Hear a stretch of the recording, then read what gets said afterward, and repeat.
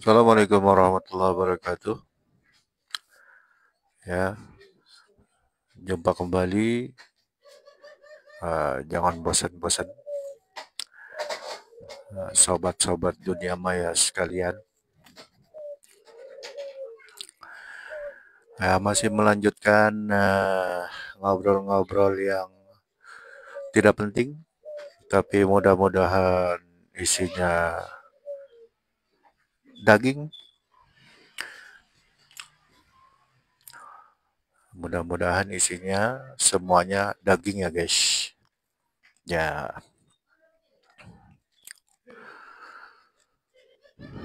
kembali melengkapi dari judul yang sudah saya lempar, yaitu maksud dari semua nabi itu beragama Islam.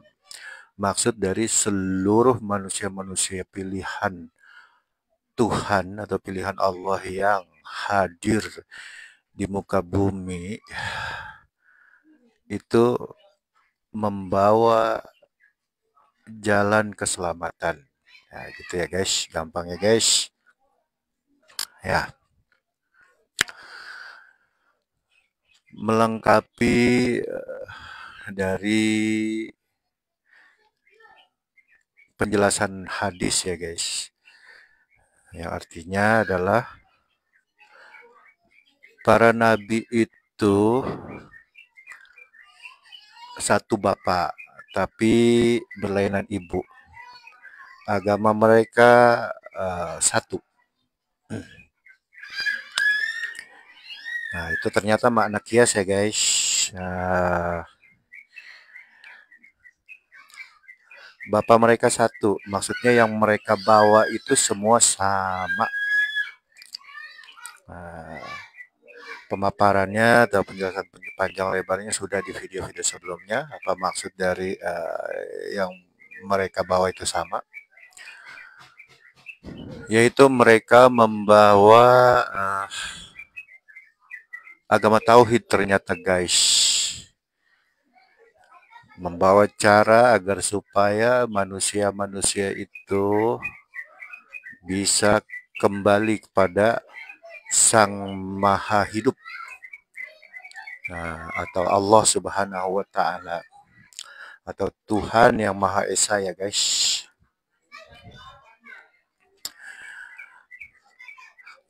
Wa ummahatuhum syatta, kata hadis itu. Tapi ibu mereka tapi mereka itu berlainan ibu, para nabi dan rasul itu berlainan ibu. Maksudnya syariat mereka itu, tata cara uh, mereka itu berbeda dalam apa namanya itu horizontalnya lah guys, gitu guys ya. Jadi ya kurang lebih biar supaya tidak rancu, para nabi dan rasul itu membawa syariatnya sendiri-sendiri itu guys. Ya, tapi yang perlu diperhatikan di sini adalah syariat untuk hubungan antara manusia dengan Tuhannya vertikal ya guys. Nah, itu semua caranya sama tuh guys. Gitu. Ingat ya guys, hubungan vertikal. Nah, yang dimaksud secara syariatnya berbeda ini, itu coba perhatikan. Nabi Muhammad itu dalam warna Islam dikenal dengan contoh ibadah sholat.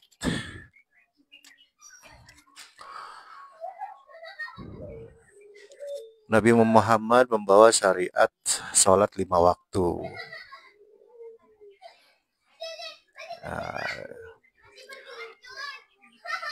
Kalau dilempar pertanyaan, apakah sholatnya secara syariat ya guys,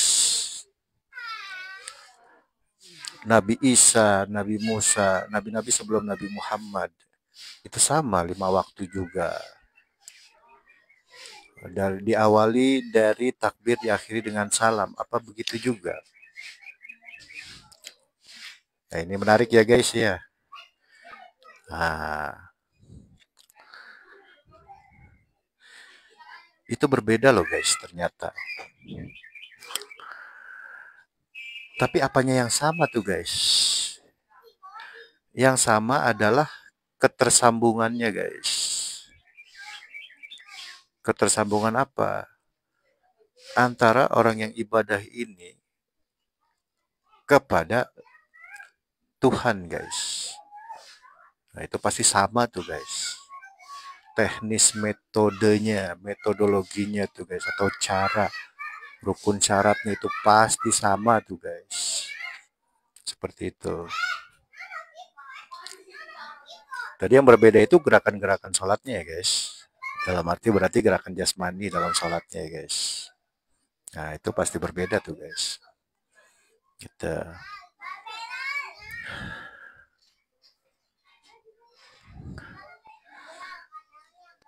Berarti yang paling penting itu sebenarnya bukan berarti ini penting ini nggak penting bagian-bagian agama itu bukan begitu guys. Jadi runutannya, tahapannya tuh guys, step-stepnya itu di awal adalah para nabi dan rasul diutus itu mengajarkan cara ketersambungan tuh guys antara uh, manusia dengan Tuhannya. Nah ini guys yang mahal guys, ketersambungan itu guys. Nah kisi-kisinya tersambung kepada kita sebut aja Sang Maha Gaib ya guys. Allah itu Maha Gaib. Udah gaib, gaib itu kan metafisik atau nggak terlihat. Dia maha tak terlihat, maha gaib, maha... Wah, ya maha ya guys. Itu bagaimana tuh guys untuk bisa tersambung seperti itu guys, itu sulit. Wah pokoknya kalau kita bayangkan itu nggak akan terbayang sama sekali tuh guys. Mungkin caranya bisa kita bayang-bayangin caranya guys. Tapi begitu tersambung seperti apa, otak kita udah nggak sanggup ngebayangin sebab otak kita itu terbatas guys. Hanya bisa mencerna yang nampak-nampak aja guys, fisik aja guys. Ya, saya misalkan dengan anak saya, ketika lagi bersama anak saya bisa lihat anak saya guys. Ini kemampuan otak ya guys. Tapi begitu anak saya main misalkan, itu udah nggak kebayang. Dia lagi ngapain, dia lagi main di mana, main apa. Sekalipun kita bayang-bayangkan itu peluang salahnya gede. Saya bayang-bayangkan anak saya main apa bagaimana, perasaannya bagaimana anak saya di permainan itu, dan lain sebagainya. Itu pasti salah guys. Itu satu dimensi guys. Bahkan masih satu keturunan ya darah saya guys, anak saya. Apalagi orang lain guys. Apalagi orang lainnya orang lain lagi. Apalagi Sang Maha Gaib. Tuhan Allahu Subhanahu wa taala, yaitu Allahu Subhanahu wa taala. Tapi kita harus bisa tersambung, guys. Nah, bisa dibilang itu hal yang paling sulit sepanjang sejarah manusia, guys. Nah, makanya diutuslah para nabi dan rasul. Seperti itu, guys. Nah, adapun nanti pergerakan syariatnya, itu potensinya itu sangat berbeda, guys. Orang bergerak di syariat tidak tersambung pada Allah. dengan orang yang bergerak di syariat yang tersambung kepada Allah itu sangat berbeda sekali, guys. Boleh kita sebut potensinya berbeda, guys. Seperti itu, guys. Karena tujuan ibadah itu, contoh sholat, keterangannya adalah sholat itu mencegah dari perbuatan keji dan munkar. Sembahyang, guys, ya. Ini contoh kecil aja, salah satu jenis syariat ya, guys. Gerakan jasmani, guys. Ya kita perhatikan aja kalau ternyata sholat kita tidak bisa mencegah kita dari perbuatan keji dan munkar, itu pasti tidak tersambung ke Allah Subhanahu wa taala tuh, guys. Itu pasti, guys. Itu. Ya kita periksa diri kita masing-masing aja lah, guys. Kan seperti itu, guys.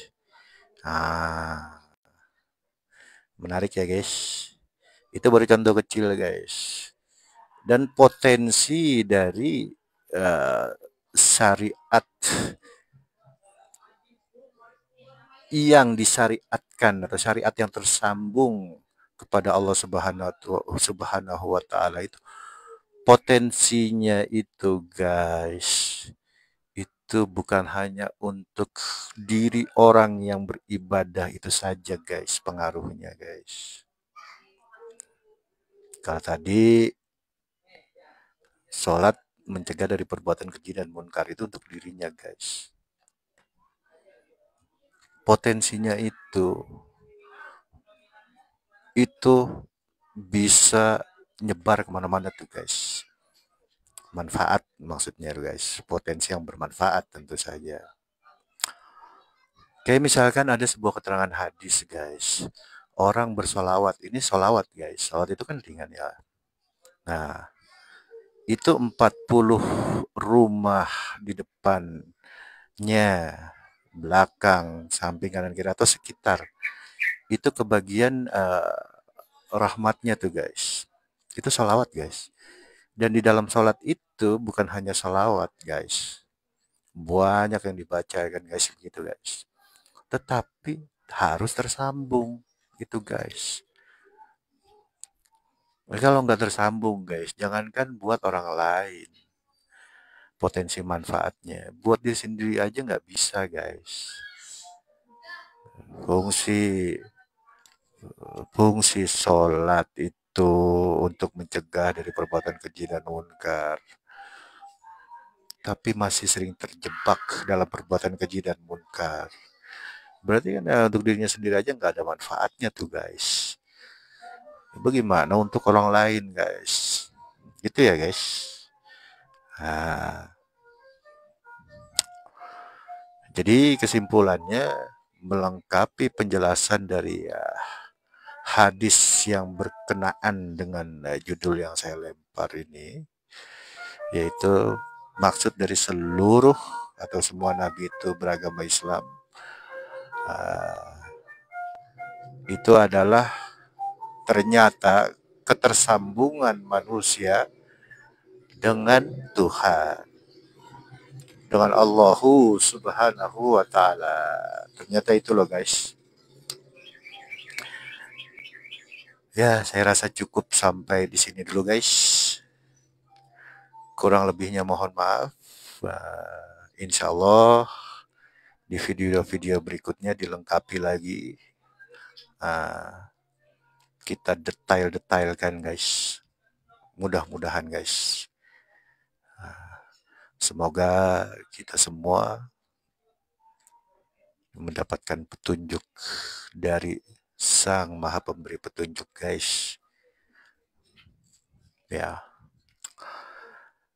Jangan lupa bahagia, guys. Ilahi anta maksudi wa ridhuka matlubi. Wassalamualaikum warahmatullahi wabarakatuh.